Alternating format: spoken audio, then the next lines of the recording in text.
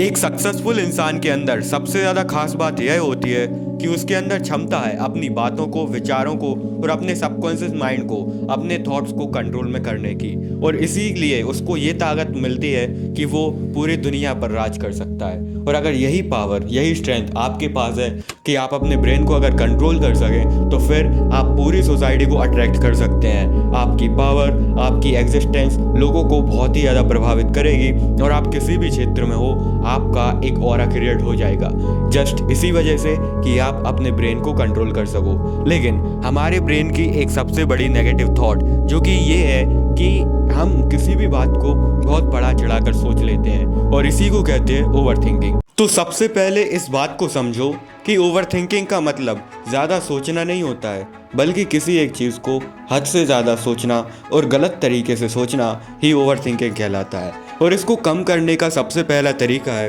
कि खुद को बिजी रखो। देखो, तुम खुद को जितना ज़्यादा बिजी रखोगे, अपने काम को लेकर जितना ज़्यादा फोकस रखोगे, उतना ही कम तुम्हें ओवर थिंकिंग होगी, यानी कि तुम्हारे विचार तुम्हारे नियंत्रण में रहेंगे। और इसके अलावा दूसरी जो सबसे बड़ी चीज़ है वो है नियंत्रण। तो अपने माइंड पर जितना कंट्रोल रखोगे, उतना ही तुम्हारे अंदर नियंत्रण रहेगा। इसीलिए अपने दिमाग को, अपने सबकॉन्शियस माइंड को हमेशा कंट्रोल करके रखो।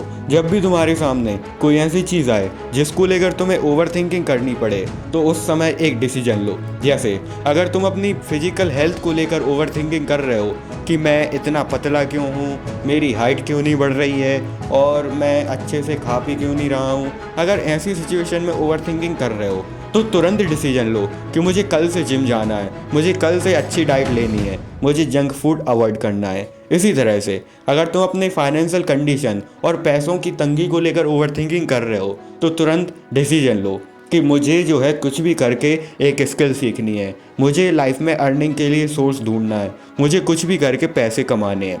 तो बस यही एक डिफरेंस है कि अगर तुम डिसीजन लोगे तो ओवर थिंकिंग कम हो जाएगी। और जब भी तुम किसी चीज़ को लेकर ओवर थिंकिंग कर रहे हो, उस वक्त सबसे बड़ा कदम जो तुम्हें उठाना है वो है डिसीजन मेकिंग ओवर थिंकिंग को अपने आप कम कर देगी।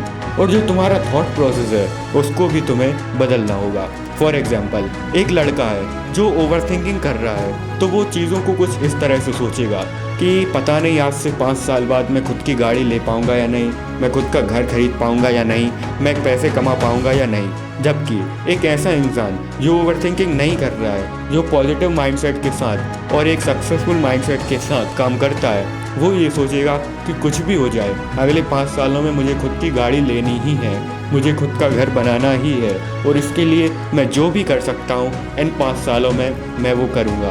तो यही एक डिफरेंस है एक ओवर थिंकिंग करने वाले माइंड में और एक सक्सेसफुल इंसान के माइंडसेट में।